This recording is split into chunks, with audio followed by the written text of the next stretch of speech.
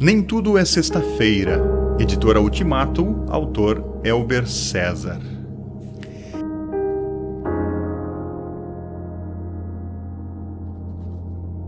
Reflexão número 2, o drama da cruz. No jardim do Getsêmani, nossa salvação estava por um fio, mas o fio era de aço.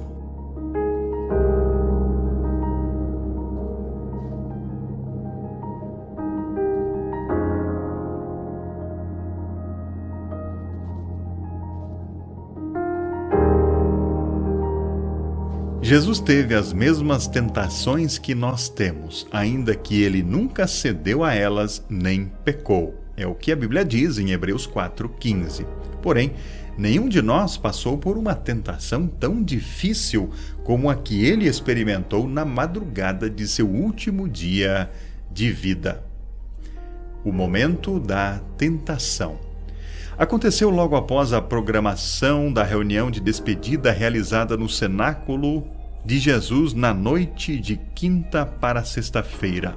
Logo após o lava-pés, a celebração da Páscoa, a instituição da Santa Ceia, a exortação, não se perturbe o coração de vocês, a promessa de outro Consolador, o discurso da videira verdadeira, o adeus final, a oração intercessória e o cântico de um dos salmos. Naquela quinta-feira santa, em certa altura do Monte das Oliveiras, a 830 metros de altitude, fica o jardim do Getsêmani, do outro lado do ribeiro Cedron, lugar aonde costumeiramente Jesus e seus discípulos oravam. Foi exatamente ali que aconteceu a última e mais feroz tentação de Cristo. O fato de ter sido num jardim lembra o Jardim do Éden, onde se deu a primeira tentação da história humana, quando o pecado entrou no mundo. O detalhe de que o Getsêmani ficava do outro lado de Cedron lembra a experiência mais dramática de Jacó, quando ele lutou com Deus e venceu, do lado de cá do rio Jaboque. Era um ambiente aberto e bucólico, numa madrugada de lua cheia. Logo na entrada do jardim, Jesus deixa alguns discípulos no ponto A e leva outros 3 para o ponto B, um pouco mais na frente. Ele parece agitado, o que era muito razoável, já que no momento seguinte ele seria traído com um beijo, negado 3 vezes pelo próprio Pedro, condenado como réu de morte por um tribunal religioso, açoitado, espancado, ridicularizado, cruz de espinhos na cabeça e cetro de caniço na mão direita.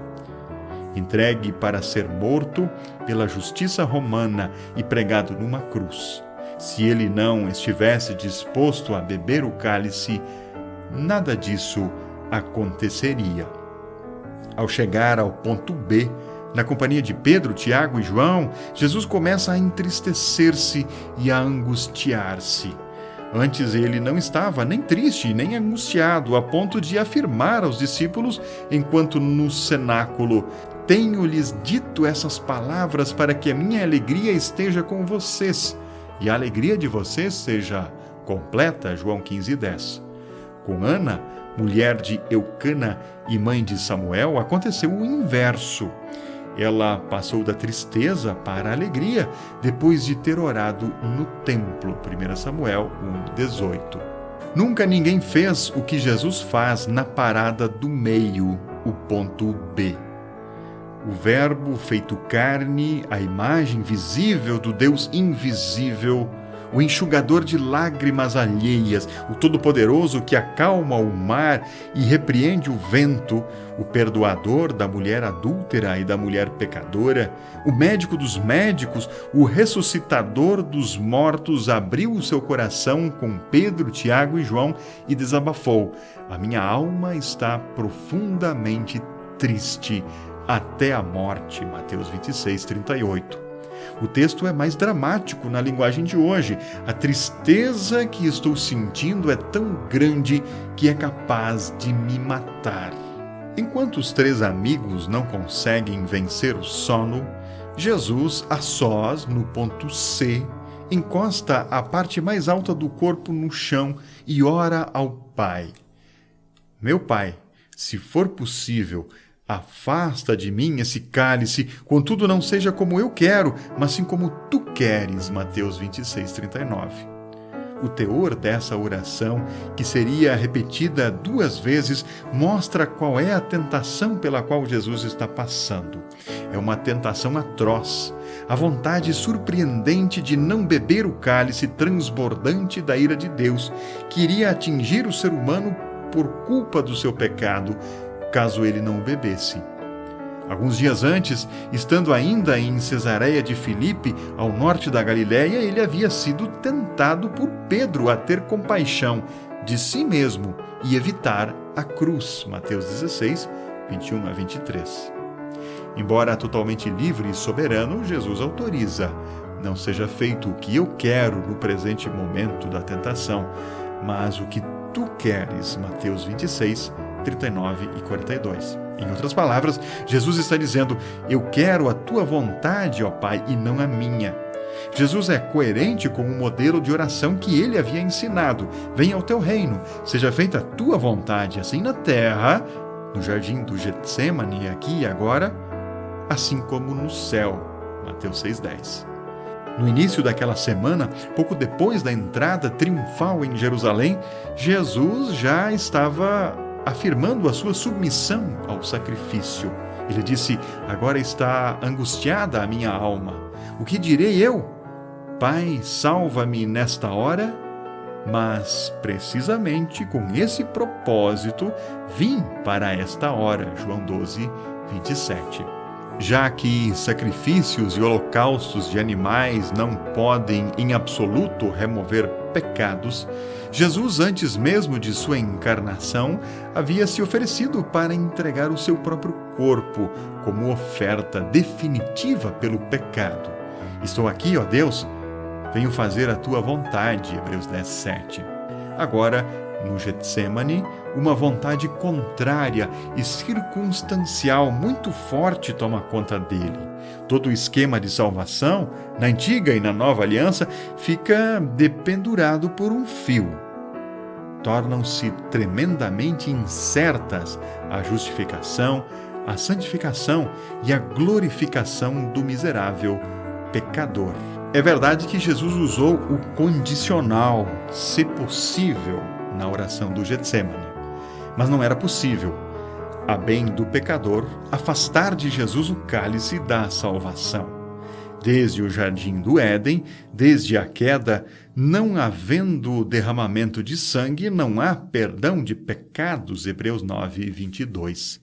Nossa redenção não é por meio de coisas perecíveis como o prata ou o ouro, mas pelo precioso sangue de Cristo, como um cordeiro sem mancha e sem defeito, planejada antes da criação do mundo. É o sangue de Jesus que nos purifica de todo pecado. 1 João 1,7. Todo o processo depende de Jesus, depende da cruz. Jesus não podia falhar e não falhou. O sofrimento é tão grande que o suor de Jesus fica vermelho, transformando-se em gotas de sangue ao cair no chão. O sofrimento é tão grande que Jesus resolve orar mais intensamente. A oração é um recurso para ele e para nós em qualquer hora. O sofrimento é tão grande que vem ao encontro um anjo do céu que o conforta e lhe dá bom ânimo, ajuda indispensável para quem precisa vencer uma batalha ou uma tentação. 30 e poucos anos antes, uma multidão do exército celestial havia irrompido nos céus de Belém para comunicar e festejar o nascimento de Jesus. Tentado, mas não vencido. De repente, a vontade espúria diminui e desaparece, e a vontade legítima volta a vingar e prevalece. A tempestade passa, a crise acaba, a tentação é vencida e o processo de salvação continua. Jesus levanta a cabeça, reúne os discípulos, entrega-se corajosamente aos seus algozes, caminha para a cruz, toma sobre si a iniquidade de todos nós, derrama sua alma na morte e realiza plenamente o seu projeto. O fio no qual a nossa salvação estava dependurada não se rompe. A expiação dos nossos pecados foi tão plenamente cumprida que o véu do templo naquele mesmo dia se rasgou por inteiro, de alto a baixo.